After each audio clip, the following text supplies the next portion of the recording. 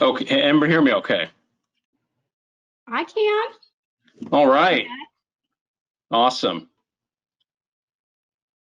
All right. Hey, sorry about that for everybody. So looks like we're at about 5 after the hour. My apologies for the technical delay. But I just want to say hello to everybody. So we'll get started here. I want to say good afternoon or good evening. And actually, I'm going to say good morning because we actually have folks on from all over the world here. So that's actually really exciting today. I'm Matt Yamamoto. I'm actually the Director of Sales for Dolphin. And I just want to say how excited we all are to have you on the webinar again today. And if this is your first time, then I just wanted to share that the vision of our Advantage Webinar Series is actually provide more tools and education to help all of you continue to grow your practices and provide a wonderful experience for your patients. And so I do understand, though, that the process and the patient flow certainly has changed and is different a little bit today. So hopefully not for too much longer, but we all essentially have things that we have to do a little bit differently. And today's webinar, of course, focuses on some new tracking and reporting concepts to help with exactly just that. The vision to do these webinars is about monthly or quarterly. So please be on the lookout on our Facebook page for new webinars as they come, and also make sure that we have your current email address so we can be sure that you're on our invitation list. And then lastly, I just wanted to say a big thank you all, that we appreciate you taking the time here to expand your knowledge again, because we certainly understand that there's certainly some webinar fatigue setting in these days. So we appreciate you joining us today with your time, and want to say a big welcome to our Dolphin customers and any new customers joining the Dolphin family. So thank you again. Today our speaker, of course, is Sue from Impact360. So take it away, Sue. Oh, thanks, Matt. What a great foundation you've done here and learning opportunity for all of us, actually. So the community is changing as we speak, right? And today we're just going to talk about some tracking and why it's important to track and how you can set up or confirm that you've got your Dolphin practice management set up correctly. So you may have back in February thought, oh my gosh, this is a crazy road trip. You didn't have a direct route, but you know what? The good news is you got on the journey and you started. So back in January, let's see, nothing's advancing. I have a technical difficulty. Something is not advancing here.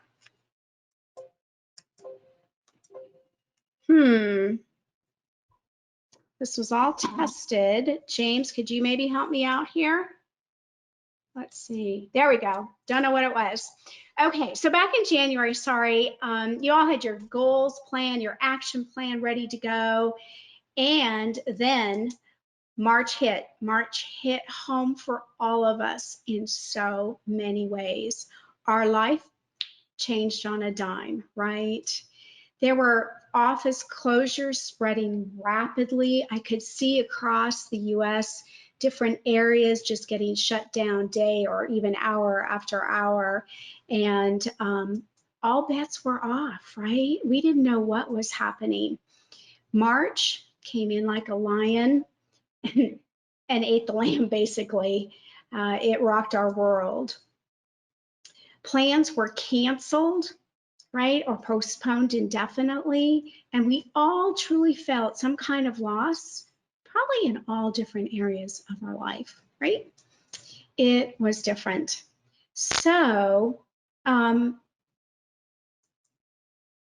it was all about the unknown, the fear of the unknown, right? And we had to deal with topics that we didn't even know anything about, but we had to learn to adapt. And you were dealing, I hope you give yourself some grace, you were dealing with things like a PPE, grabbing your PPE, not even knowing what you needed. You were dealing with, fear, worry, furlough. Do I keep teams employed, not employed? Do I file for unemployment? Do I not? Right? It was definitely a trying time. And who would have ever thought, right? Disney being closed. Disney opened its doors in 1971 and has only been closed 7 times since that time. And for most of those, only one day. So this was definitely an eye-opener for all of us. But let's just talk about, it's not the biggest and the brightest and the best that who will survive, but those who adapt the quickest. So all of us had to start adapting in every area of our life immediately. So let's look at some US consumer sentiment during this time, right? We all began, ordering online, direct from companies or through Amazon. We saw our Amazon shipments kind of slow down a little bit, right? Purchasing essentials, right? Who would have thought you'd gone to the refrigerator and made your grocery list and placed your order online for delivery if that was your comfort zone? We were all looking for some kind of safety in an uncertain time, and finding that in different avenues. And also we became very homebound. And I'm sure for those of you that still have children at home, you face so many challenges, but you all made the best of it. I wanted to share just a little personal note. These are two really fun games. So if you're still a bit homeward bound, look up Quicks. It's a fun little game, and LCR. Different ages can play there. There's some strategy involved, but I just wanted to share what we did here at our house during some of those quiet times. All right, but surprise, a new 2020 plan came forward. So what did you do? How did we go through it, right? So you had webinars. You were thrown into a journey to examine, oh my goodness, virtual exams, virtual appointments, and during this fast track learning process, you may have felt that you didn't take the direct route, but again, you got on the journey. So here's what you did or will need to do. You need a third-party virtual photo options, whether there's so many out there. You just have to find out which works best with you. Maybe some integrate with your software, some don't. You want Smile, look at Smile Snap, ortho screening, rhinogram, Sesame, dental monitoring. There's just so many. You find out the one that you're comfortable with, right? Then you had to investigate the video conferencing, whether it was Smile Snap has that, but Zoom, FaceTime. Docs have been using FaceTime, Google Meet, DoxyMe has that nice waiting room, or GoToMeeting. You'll find or have found what's comfortable for you, right? Then we had to decide, you decided what works best for you. Live Zoom, right? A Zoom meeting, a FaceTime meeting, a video of some sort, or do you want to take it offline where you text, email a report over, or even have a client doing some personal videos and zipping those on over. All right, so if you decide to go down the Zoom line, right? Oh, we need a camera. What's my lighting like? Does my PC have speakers? What about a microphone? What's my backdrop? Do I want a virtual waiting room or don't I, right? There's so many things to think about, and you just, maybe not the straightest road to get there, but you kept moving forward, which is great. So consumer visit study and MGH, a virtual study, has published some really positive news here about consumer feelings about these remote or these virtual visits, right? It reduced their travel, and actually some are willing to do a higher co-payment to have a virtual visit.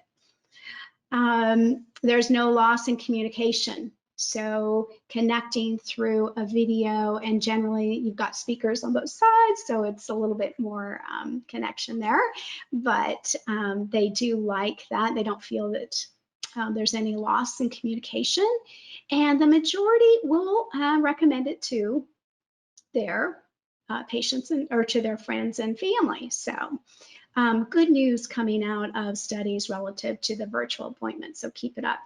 All right, well, let's circle back because you've got a lot done in probably a very short period of time, because virtual appointments, right? MES shutdown started March, boom, boom, boom, boom, across the states, and you got to work very, very quickly and started probably some of your virtual appointments in March. So let's circle back around to Dolphin now and make sure that we can tidy up home base.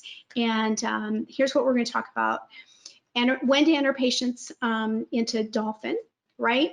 What kind of new appointment types or procedures do you want to go ahead and enter? What new statuses will help you track those virtual patients through your system? Do I need some new appointment classes? Probably modifying that schedule template here or there, and tracking, and why track these virtual appointments. So let's just talk about Dolphin patient entry. And this seems pretty simple, but there's multiple layers, right? So there's always the traditional ring, ring, ring, want to schedule an appointment, great. And now you're probably offering 2 types of appointments. We'd love to see you in the office, as well as we do offer a virtual visit concept, whether it's, again, video or offline.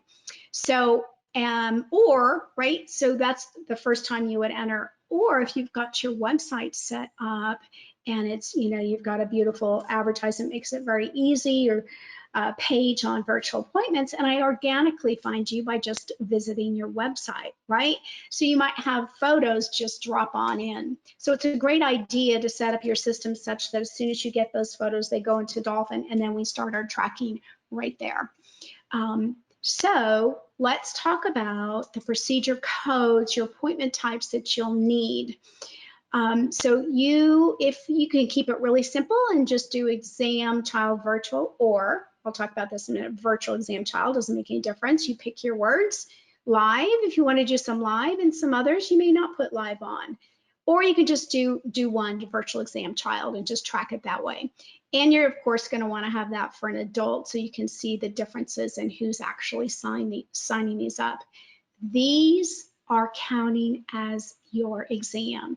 You're reviewing some photographs, you're presenting some kind of a treatment, and some practices, God goodness, they're getting them all the way to the finish line and presenting the contract and signing them up to start. So hooray for you. So here's the other type where, you've got just the virtual exam child virtual, where they do just the reporting, right? Or you can do a little video and send that on, or send them a text. I have a doc that I chatted with recently, and he loves the text version, where he's just texting the patient. He said, I had no idea I could sign up patients this way, and it seems to be working. So you'll find out what works for you. Let's talk about organization of the appointment types. This is always up to your practice about how you all like to organize. So here's a sample where a practice decided they wanted everything banked together in the virtual group. You hit the V and you've got all of your needs right there. Where somebody else might decide to do it by procedure. So your new patients would all be together. One marked with a virtual, your OBS would all be together, one marked as a virtual, retainer checks all together, one marked as a virtual. Totally up to you. But the important part here is you can see that it's imperative that you mark that this is a new patient exam so that it gets counted that way. Now, Dolphin has some incredible features that will also make this as easy as possible, because what we want to do is remove as many road barriers so that patients just simply gravitate toward this easy, whether a new patient or an existing patient, absolutely gravitate towards this virtual option for them, right? Everybody's at a different place. I'm hearing practices not being able to get everybody in because patients just aren't comfortable yet, right? So we want to meet them where they are. So think about your appointment reminders, and can they be customized for the virtual, including a link to capture your pictures or an actual link to your Zoom meeting or your DocsMe meeting. So when you're setting up those appointment types, make sure to look at those tabs across the top there and look at that reminders, and maybe you tailor something to that particular procedure code when those reminders go out, right? The big message here is let's make it easy. Let's make it easy. Get your website. You may even want to do some promotional on email, virtual, social media, etc. But let's just make it easy and take the barriers out. All right. scheduling. So I'd start easy. You know, you can always add to it later if you choose.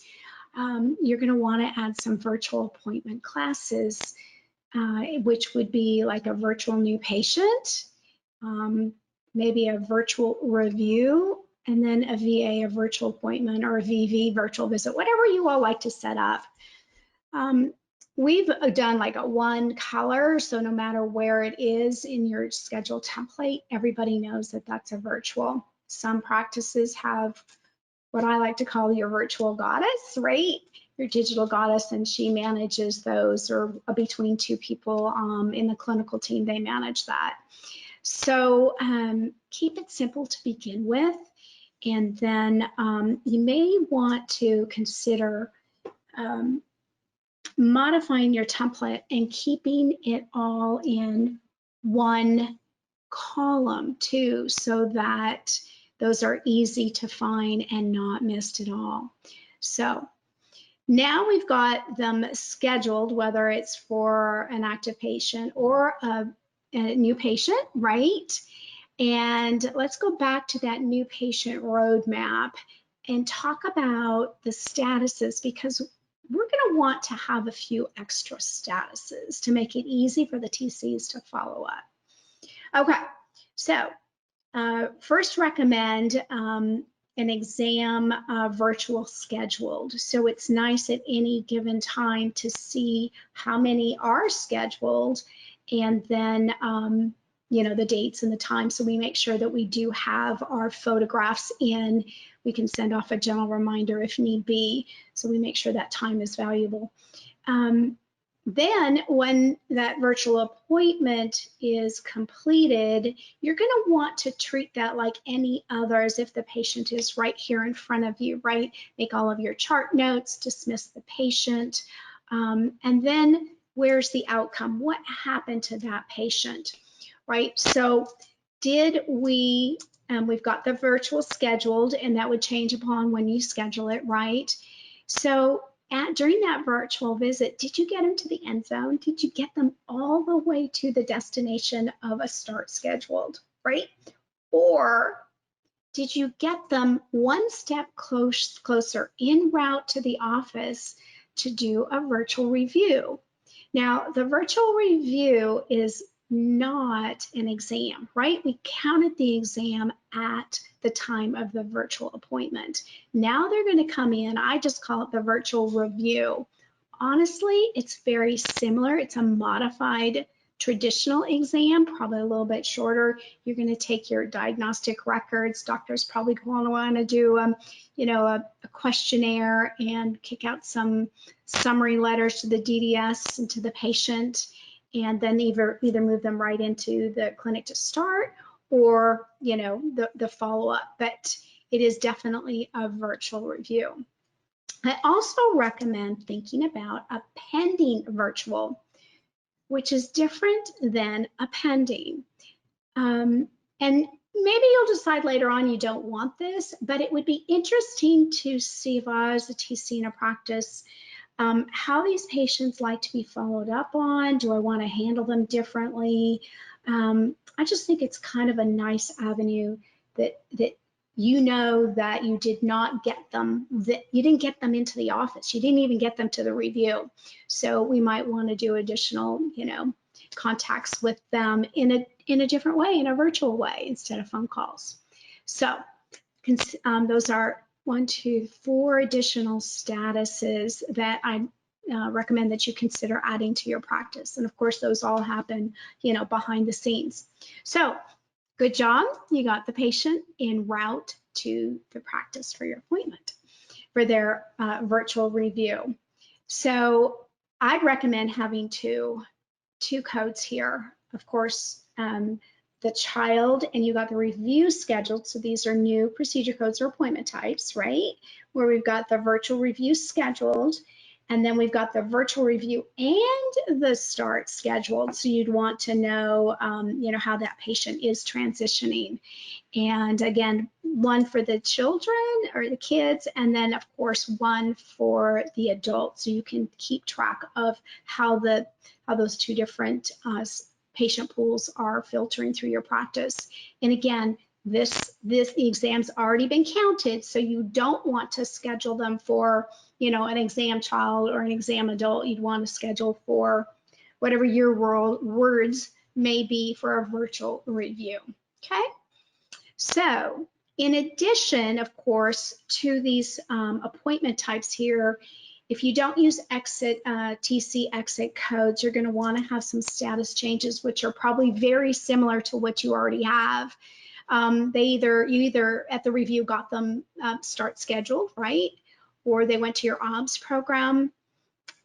Pending. Now you'll notice that it doesn't say pending virtual. The difference between your pending and your pending virtual is, the pending virtual is you've never had the opportunity to actually meet them in person, where the pending, you have actually been into your practice. So a nice differentiator there. Did they go to a specialist or inactive? No double counting on those exams. UTCs, you won't like that because your case acceptance rate will go way down. So now that they've been to your office, we want to start tracking those. If you happen to be a Gauge user, some good news. This week they rolled out an update, and these are automatically counted for you, as you can see here on the screen. So it's going to give you your total number of patients. It'll let you know that they are included in the new patient scheduled count. And then once they're completed, you'll get the breakdown of how many adult and child virtuals you did as well. But if you're not a Gauge user, you're going to go right to DIRT, right? And it is just a fabulous tool to set up and drill down on a particular database of patients that you've seen.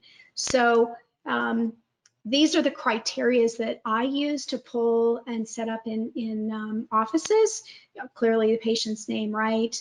I love to filter off the date of the exam, and if you have it ask you each time you run the report, you can get exactly the time period that you're looking for, right? I'd want to know, do they have a next appointment? What are they coming in for? If they don't have an appointment, do I have them on my follow-up system, right? And then you can isolate all the way down to only pulling your virtuals through the filter, the ortho treatment card date, and then you'd pick your virtual. And Dolphin support can help you set this up. I can help you set this up or give you a few little guidelines if you get there and confused, but Dolphin support's great. They can help you. Great tool. I'd also recommend you have this for just your exam summary. This is the best report in the world. You can pull up your exams from any period, find anything that I might have missed. Maybe I didn't get them on a recall. Maybe I didn't get the status changed, whatever it may be. But in a matter of just a few minutes, you can scan and resolve any problems so that you know that your data is spot on, and it will automatically, drive your processes forward, whatever those may be. Okay, so we've had our exam. They've come in for the review. We've got some new statuses going on, right? And you've got a report here, whether it's Gauge or through the DIRT report. So you've got your reports and you know how to find these patients. What we also like to track is, where are the starts coming from, right? They could come from all over, right? We want to know where they're coming from, and we want to keep track of how many starts are coming from the virtual. So if, again, this can be set up in Dolphin, no problem. But if you happen to be a Gauge user, you'll find that that feature has been added. So you can see here we've got origin of start, and then by month here, it'll tell us what percentage is coming directly from the exam. And what that means is you did the exam, right? And they either had a same day start, or you scheduled a start before they left. Or they came from a pending pool, you recommended treatment and then they came back in, you got them back into a start. They came from your OBS program, right? Or now, is it a virtual, right? Did they come from your virtual process? And I'm hearing great successes. I'm sure you're all like, Matt said, you're webinar fatigue, right? But if you've watched those, docs have been on just raving about and being very surprised about they can sign patients up, they've never met them, and they walk in and start, right? It's amazing. So as a virtual data summary, these are the 4 areas. Look at your appointment types, add your new statuses, add some appointment classes, tie them to your appointment type so they're easy to find, keep it simple, and then consider, if you don't already, tracking where your starts come from, okay? So in addition, it doesn't matter if you want this way to begin with or that way or the other way, right? Let's keep going. So now you're comfortable with the virtual exams, right? So let's do some other types of virtual appointments. And I'm going to talk about the necessity in just a minute, but here's what I'm finding is happening out in the industry relative to virtual appointments. You've got your OBS virtual, and you may put a criteria on there that you feel comfortable with, relative to age or every other, whatever.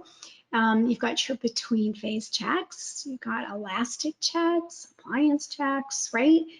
And just do what you feel comfortable with. Not everybody may be comfortable with a check to DBAN. That's okay. Do what you want to do, right? But we're going to mark those. You're going to want to have appointment types for any type of appointment that you're going to be doing virtually. So this would be a virtual OBS check, a virtual between phase check, etc.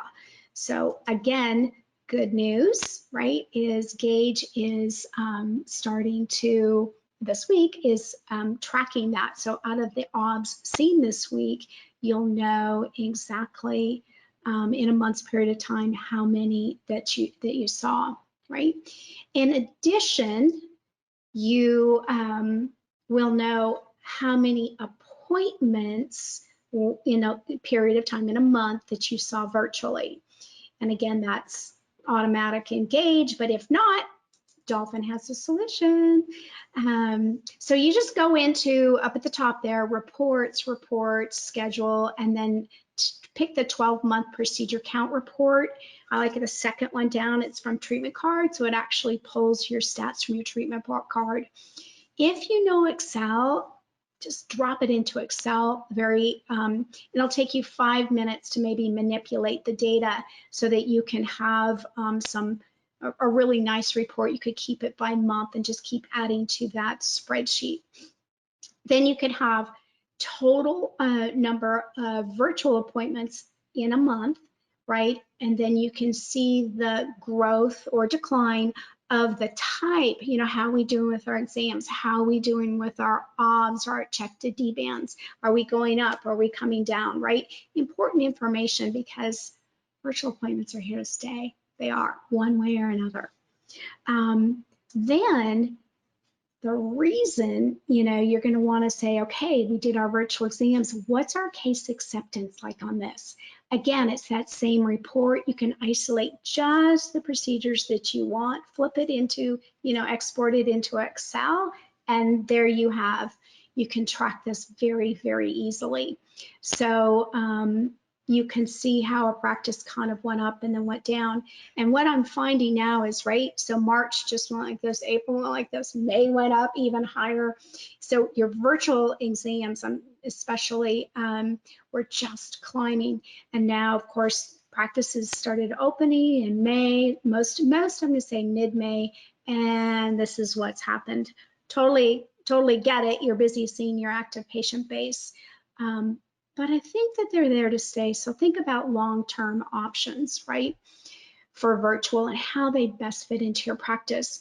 But with regard to why you'd want to do that, right? Why do we want to set up those 4 different areas? We want to monitor the growth of the virtual appointments on a month-to-month basis. What's working, what's not. Evaluate the virtual marketing plan. So you've got some social media going on, right? What's the return? Did we see an increase in exam pickup, right? And you're hitting a demographic possibly that has never done this, didn't know that you had it to offer, and you might pick up some that you wouldn't have picked up by an actual physical exam, right?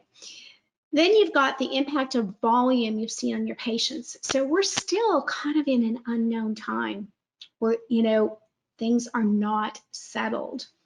And we're all like keeping our fingers crossed that I'm in Arizona and that there is not, you know, a pullback by with the dental industry for sure. But you may have some facility restrictions, right? You might not be 6 foot head spread. You might just definitely you might have a smaller office, right? And can only see 3 columns instead of 6 columns, or whatever the case may be. So this is a way to plan ahead, right? And let's get some numbers on this so that we know, God forbid anything should happen again, but we've got a plan and we would know exactly how many patients we need to see on a virtual schedule in a month to keep your active patients going, right? And we don't know what's going to happen with the CDC or state regulations. Will those change, which may restrict your office as well? So let's plan ahead and see what we can eliminate some stress in the future. What's really important is that you're meeting the patients in their comfort zone relative to health and safety. And I'm sure some of you have some patients that just aren't comfortable coming in yet. And so you're still meeting their need, which is just fabulous. It may, depending upon staffing, who knows what's happening, there's some challenges there. You may need to be creative and have some scheduling options, right? Some different availabilities, not only for your patient base, but for your team. And then, of course, you know, how are we doing? What's our case acceptance rate relative to, you know, our virtual new patient exams, and how are we doing? And should we change? Should we change? What, you know, we're always changing. We're looking for the best possible solution to meet the needs of our patients, right? And it takes a little while to get comfortable in front of a camera. It's one thing when you have some interaction, right? But just get comfortable, do it, go for it. I mentioned that it's important to think ahead, and I really, really believe that. We were all thrown for a loop, and now we look at things very differently, right? And where exactly do you want to be? You're going to find your comfort zone, but what if our linchpin, our doctor, tested positive, right? But what if he or she actually felt fine, not too bad, right? And could maneuver around the home, but just couldn't leave the home, had to stay at home during that time, right? If you had your systems set up, you could, in fact, flip that virtual. You could change a lot of your appointments into virtual, keep those exams going, and keep the practice moving forward. So let's make sure that you've got a what-if plan, not out of fear, but out of knowledge, and really making a success plan for the practice. And if you're not doing it now, when, right? Start small. You've got to jump into this arena, start tracking, because virtual appointments are here to stay. Consumer reports say they're positive, hearing tons of positive reports from practices.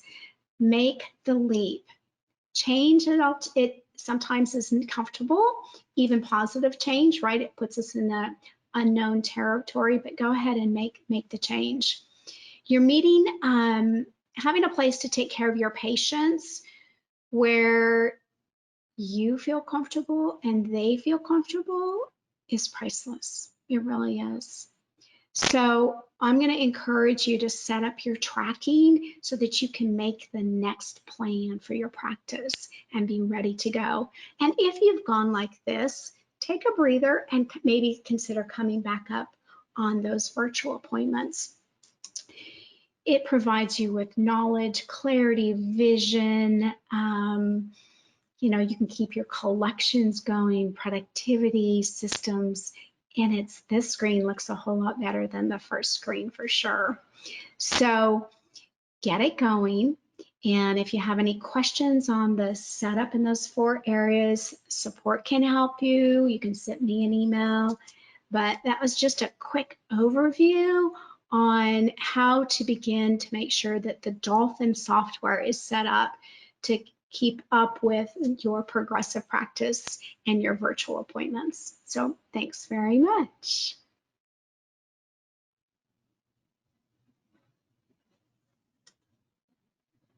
Do you have any questions, James, or? Okay, great. Hey, thank you, Sue. Now's a good time to remind everybody, if there are any questions, you can utilize the chat feature that we have here in GoToWebinar. And then Sue, of course, will leave her contact information up there too as well. You need to get a hold of her. So why don't we pause a little bit and see if we have any questions coming in? All right. Thank you to those who attended and webinar fatigue for sure.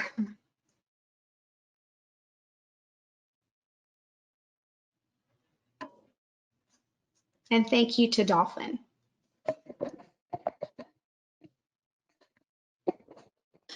So I'm not Okay. tracking any questions so Okay. far. Well, you all have a wonderful afternoon and stay safe, stay healthy, and stay safe. And thanks for attending. And Bye-bye. I'd also like to point out that this webinar is being recorded, and each person who attended will be sent an access to the video. Great. So thank you again. I did have a question that I've just put through. I did have a question I just put through and I just unmuted myself, sorry. So are you suggesting that your offline virtual appointments that are going to appear on your actual schedule? You know, that depends on how you want to work, but yes, I do. It's an accountability process, right? To make sure that they don't stack up or that you get back to them very timely. I think it's important that if they organically find you, they drop in and you're going to be doing them offline, that the timeline in response is pretty quick. Okay, Yes. all right. Yeah, I do. All right, because we set up all of our, yep, okay. We track that through our alerts so that the appointment book stays with the people in the office and everything else is tracked through our alerts for reminders. So that's interesting. If that works, yeah. That's great. Yeah. Yeah. Okay.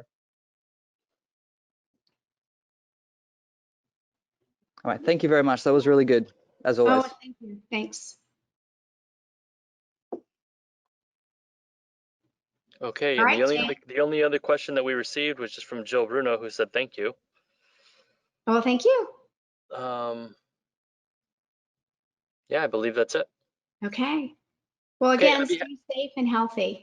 And on behalf of Dolphin, I would like to thank everyone for attending, and we look forward to seeing you in our next event on the Dolphin Advantage Webinar Series. Thank you so much. Thanks, James. Thank you, Sue. everyone. Thanks. Bye-bye. Bye.